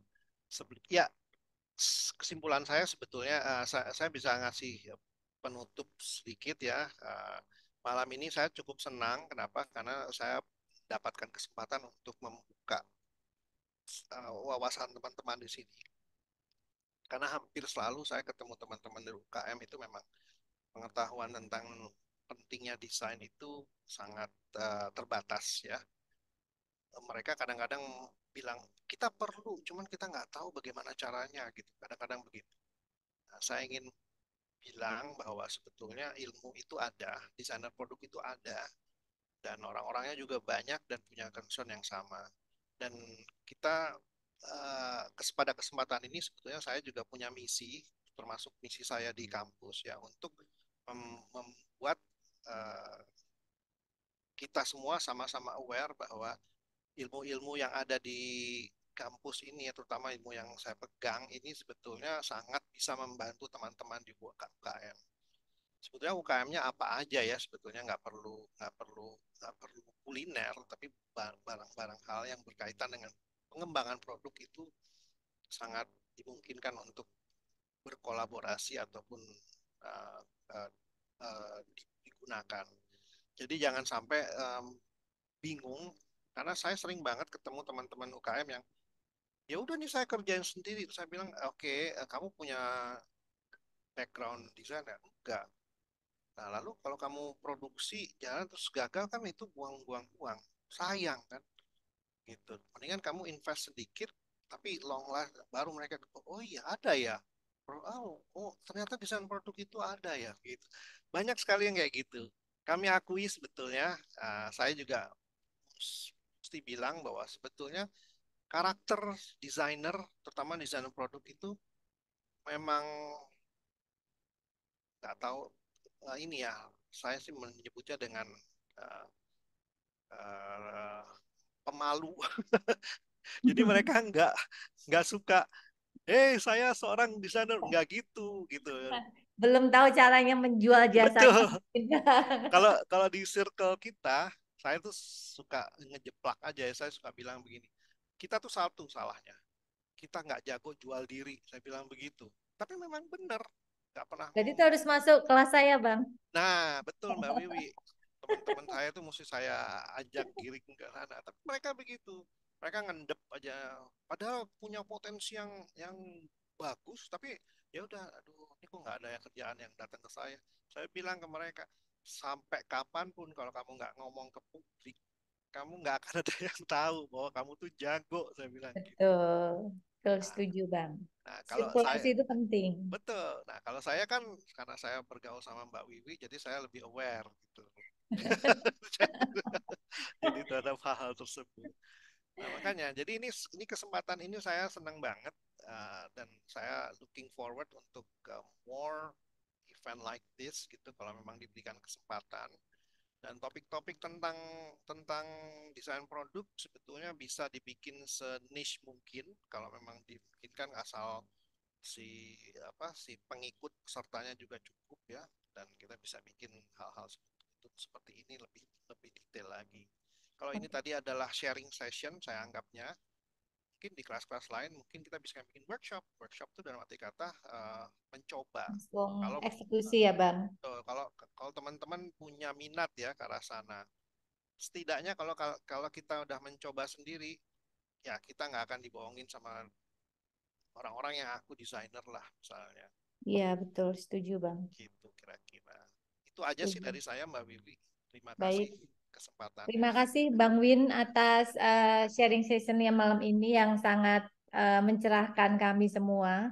Sehingga teman-teman juga saya yakin jadi dapat ide nih, terutama asumsi saya nih, poin kemasan primer, sekunder, sama tersier tuh kayaknya dapat banget nih buat teman-teman gitu. Saya Iya, menyuarakan hati teman-teman nih, karena saya melihat sebenarnya bisa diaplikasikan untuk produk-produk yang teman-teman jual ya di sini. ya. Nah, jika nanti teman-teman ada yang mau ditanyakan terkait dengan desain produk, misalnya mungkin malam ini belum kepikiran, tapi setelah nanti termenung mau tidur atau besok pagi ngelihat berpikir dan ada pertanyaan-pertanyaan, masih boleh ditanyakan di grup. Grupnya masih terbuka untuk diskusi, namun respon dari Bang Win juga menunggu waktu luang Bang Win ya teman-teman. Jadi teman-teman boleh bertanya, tapi juga teman-teman menunggu juga kalau Bang Win lagi nggak repot pasti akan dijawab. Ya. Sampai nanti admin memutuskan untuk menutup diskusi tersebut. Itu dari saya. Jika sudah tidak ada yang ditanyakan lagi, sekali lagi saya ucapkan terima kasih atas kesediaan waktunya Bang Win untuk ngisi kelas di Brand Clinic. Bagi teman-teman yang Sama. lain, tetap pantau karena nanti ada kelas-kelas, semuanya saling berkesinambungan, saling terkait. Jadi ketika kalau hari ini bisa desain produk, mungkin besok akan bicara tentang marketing, sehingga produk-produk yang sudah dibantu disiapkan Bang Win itu bisa penetrasi pasar jadi lebih luas lagi, dan kekhawatiran tentang diterima nggak ya kalau harganya sekian itu jadi nggak ada kalau teman-teman paham strategi pemasarannya. Nanti ada lagi nih tentang hal-hal yang lain. Begitu dari saya, terima kasih. Selamat beristirahat. Sampai ketemu di grup. Terima kasih Bang Win. Sama-sama, terima kasih Terima semua. kasih Bang Win, Sama-sama. Mbak Bang Putri, Wi juga. Mbak Ya, Feby, Mbak Inggit, dan semua yang nggak bisa saya sebutkan satu persatu. Terima iya. kasih. Terima kasih semua ya. Sampai ketemu lagi. Bye-bye. Bye. Izin meninggalkan ruangan. Silakan Bang Win.